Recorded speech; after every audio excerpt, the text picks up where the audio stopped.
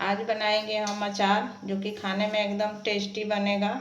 तो चलिए अचार बनाना शुरू करते हैं।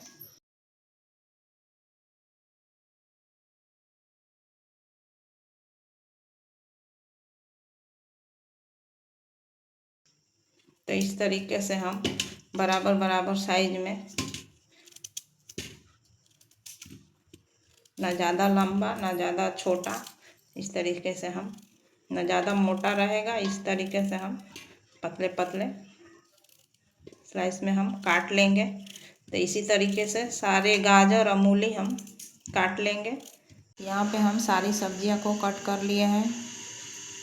हरी मिर्च को बीच से फाड़ कर लंबा लंबा 2 भागों में काट लिया है। अदरक भी हम इस तरह से पतला पतला स्लाइस में काटे हैं। नींबू में 4 भाग, एक में 8 पीस किए हैं। तो ये हो गया है। और मूली इधर काटते वक्त काफ़ी पानी छोड़ दिया था, तो इसको हम अच्छे से इस तरीके से पोंछ के, ये कितना भीज गया है, इसको हम कपड़े पर, साफ़ सुथरा कपड़े पर फैला दिए हैं पंखा के नीचे, ताकि बढ़िया से ये ड्राई हो जाए। तो अचार में किसी भी तरह का पानी नहीं होना चाहिए। सबसे बड़ा अचार का दुश्मन पानी होता है। तो इस बात का ध्यान रखना होगा कि इसमें एकदम पानी नहीं होना चाहिए।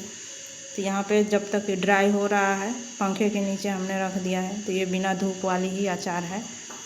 तब तक हम मसाला बना ले रहे हैं। तो यहाँ पर अचार बनाने के लिए मसाला लिए हैं, जिसमें 1.5 चम्मच धनिया है, 1 चम्मच जीरा है, आधी चम्मच काली मिर्च, आधी चम्मच ही मेथी दाना है। मेथी दाना ज़्यादा नहीं लेना है, नहीं तो अचार तीखा लगेगा। 1.5 चम्मच ही सौंफ है, और 1 चम्मच अजवाइन, और 1 चम्मच काला जीरा है, जिसे मंगरेल भी बोलते हैं। और यहाँ पे सरसों है 1.5 चम्मच, और काली सरसों 1 चम्मच। तो सबसे पहले हम मसाला को भून लेंगे। तो यहाँ पे कढ़ाई गरम है। पहले हम अजवाइन मंगरेल को भून कर निकाल लेंगे।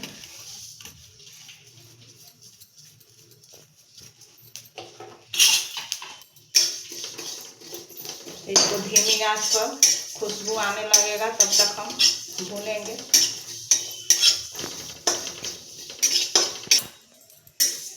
ये अजवाइन मंगरेल भून गया है, इसको निकाल लेते हैं अलग बर्तन में। तो इसको यहाँ हम निकाल दे रहे हैं। बाकी के मसाले भी हम भून लेंगे। तो सारे मसालों को हम एक साथ ही भूनेंगे, लेकिन सरसों को हम सबसे बाद में डालेंगे, लास्ट में, क्योंकि ज़्यादा सरसों भून जाएगा तो अचार का मसाला तीखा लगने लगेगा। तो इसलिए सबसे पहले इसको हम भूनेंगे। तो इसको भी उसी तरह से भूनना है, धीमी आंचे पर, और सौंधी से एक खुशबू आने लगेगा, तब तक हम भूनेंगे।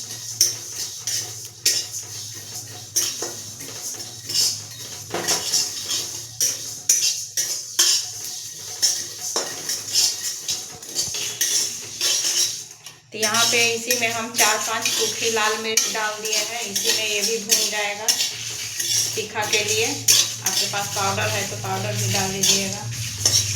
अब मसाला भून गया है, अच्छे से खुशबू आने लगा है। तो इसी में हम अब सरसों डाल देंगे और गैस को बंद कर देंगे। बस इसी तरह से हम चलाते रहेंगे, 1-2 सेकंड चलाएंगे, उतने में ही सरसों भी अच्छे से गर्म हो जाएगा और भून भी जाएगा।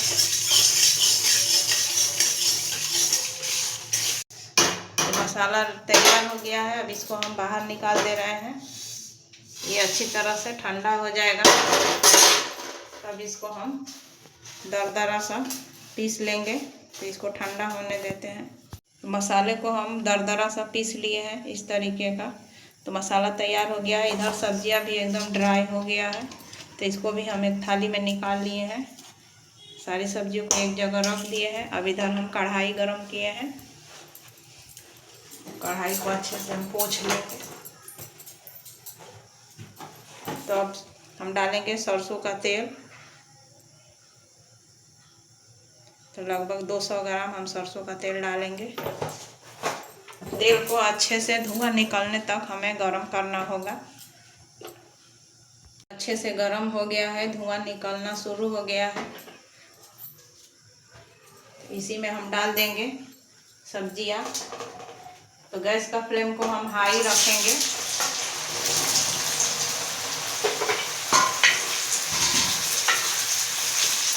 बस इसी तरह से 1-2 मिनट के लिए हम चला देंगे। इसी में हरी मिर्च भी डाल देंगे और अदरक भी डाल देंगे। नींबू को हम अभी नहीं डालेंगे।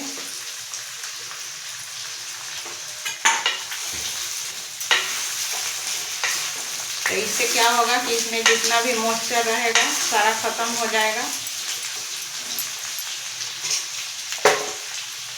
और इसी में हम डालेंगे 1/4 चम्मच इतना हींग।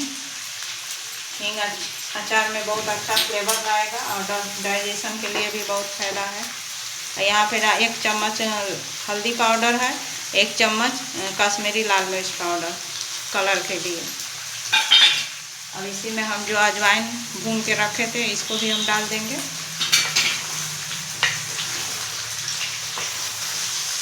और सारी चीज़ों को हम एक बार फिर से मिला देंगे।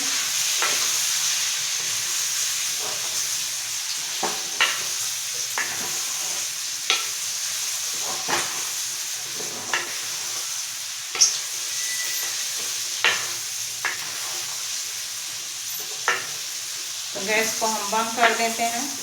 अब इसी में हम नींबू भी डाल देंगे।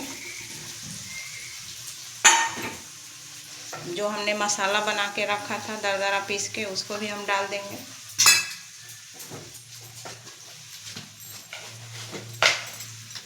और अचार के हिसाब से नमक डालेंगे, तो नमक थोड़ा ज़्यादा ही अचार में जाता है। तो यहाँ पर 2 बड़ा चम्मच हम नमक डाले हैं। सारी चीज़ों को अच्छे से हम मिला देंगे।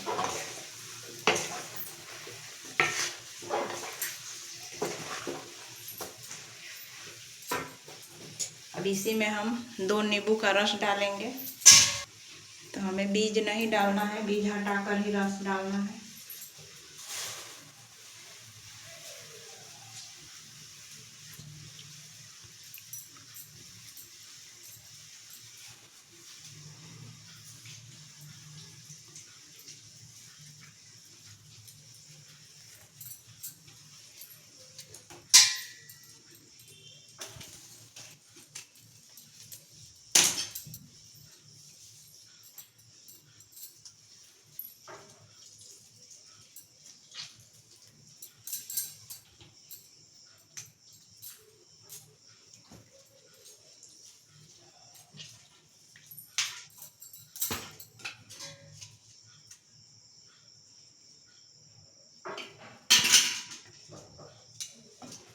एक बार फिर से हम नींबू के रस को हम अच्छे तरीके से मिला देंगे। तो ये बिना धूप दिखाए ही अचार आप बनाकर 6-7 महीने के लिए फ्रिज में रख कर आप खा सकते हैं। ये ख़राब नहीं होगा। तो थोड़ा सा ये और इसको हम ठंडा होने देते हैं, अभी गर्म है।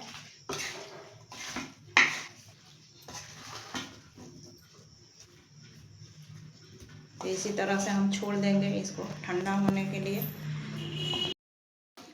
तो अचार थोड़ा सा ठंडा हो गया है। तो अचार को ज़्यादा दिन अच्छा रहने के लिए अब इसी में हम डालेंगे 2-3 चम्मच विनेगर, जिसे वाइट सिरका भी बोलते हैं। इससे अचार और लंबे समय तक टिका रहेगा। इसको भी अच्छे से एक बार मिला देते हैं। तो पूरी तरह से अचार बन के तैयार हो गया है। अब देखकर ही समझ में आ रहा होगा कितना कलर मस्त आया है और खाने में भी इतना ही स्वादिष्ट बनेगा। तो इसको कोई भी आप कांच के बर्नी में निकाल कर फ्रिज में रख कर 7-8 महीने आराम से पराठे के साथ, दाल चावल के साथ मज़े से भी आप खा सकते हैं।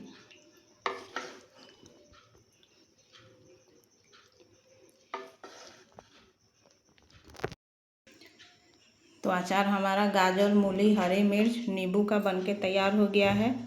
ये खाने में बहुत ही स्वादिष्ट लगती है। तो आज की रेसिपी कैसी लगी अचार का हमें कमेंट में ज़रूर बताइएगा। आप भी अपने घर में इसी तरीके से बनाइए और खाइए।